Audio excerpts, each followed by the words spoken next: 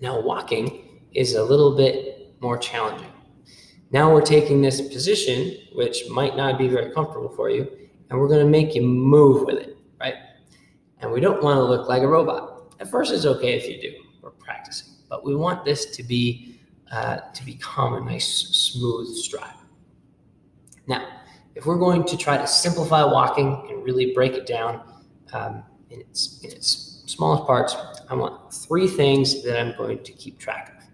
1, I need to approximate neutral spine. And I can do that just by trying to be really tall, okay? So I can think about having this string on the back of my head, or balancing a stack of books on my head, or my personal favorite, if you remember the show Home Improvement, neighbor Wilson who's looking over the fence all the time. It's a great way to get up tall. Okay, so we can approximate neutral spine so that we don't have to focus on it so much while we're moving. That helps. The second thing we need to focus on is what our stride is actually doing. So most people that you see walking around are kind of bent over at the hip. This doesn't move, and their feet kind of stay ahead of it. Right? They're shuffling around. They're swinging their arms. You can see it's all these muscles that are doing the job. What we're built to do is we're built to use this. This is where all our power is. The more we use our butt, the better everything works. So instead of being here, I'm going to get nice and tall. And instead of just thinking about getting my feet out in front of me, I'm going to think about pushing the ground behind me. Okay? See how that's different? Now specifically, I want to roll from my heel to my big toe, and I'm pushing off my big toe. So right at that push-off point, I can get a little butt squeeze, I can feel a little stretch through the front of my hip, and I'm still maintaining that nice, tall posture.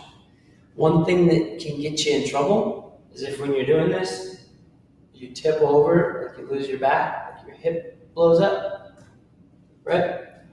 We don't want that. So I want to think about keeping my hips tall while I'm pushing off of that big toe. So some ways that you can practice this, you can go slow at first and just really try to push off that toe. You can gain speed and really, really kind of exaggerate that power driving through that toe. The more you do that, the more you're going to feel how much that helps keep you neutral, helps keep you tall. So then the third piece is rotation on top. Now, if you remember when we're talking about neutral spine, we need to load our skeleton vertically. So anytime we have anything that takes us out of that vertical loading, it destabilizes this whole structure. Now, if you notice, I have 2 legs. I assume you do too. We're built to have 2 legs. That means that when we walk, we have this lateral shift that is introduced with every step.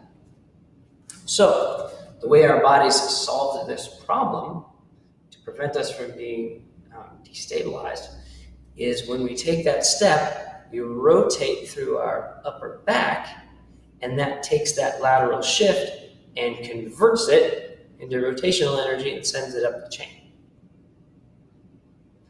So that means what we want to do is I want to take my first step. I want to just hold that step, load that big toe.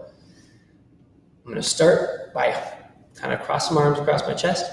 I'm going to pull my belly button in tight. I got a rod right through my back. I'm going to rotate this nice clean turn right on that rod. So notice I'm going opposite shoulder and knee. That happens every step. So you keep your hands folded across your chest. It's a lot easier to feel that rotation. Because when you start swinging your arms, if you're not used to it, your arms will move and then your chest will stop. The other thing that happens when people are trying to do this, if you don't check and make sure the first step is right before you rotate, what your brain is going to want to do is go like this.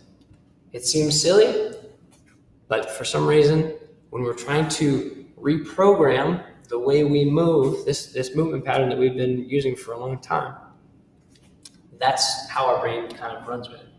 So, quick recap, the 3 things that we're trying to do if we're going to correct our walk: we're going to get nice and tall, we're going to be pushing off of our big toe, and I'm going to rotate contralaterally, so opposite shoulder to opposite hip. Okay? And so then when I do that, I get this nice smooth walk, very tall and confident and powerful, and I'm just kind of flowing across the ground, and it's wonderful. That's what you're looking for, grace and poise.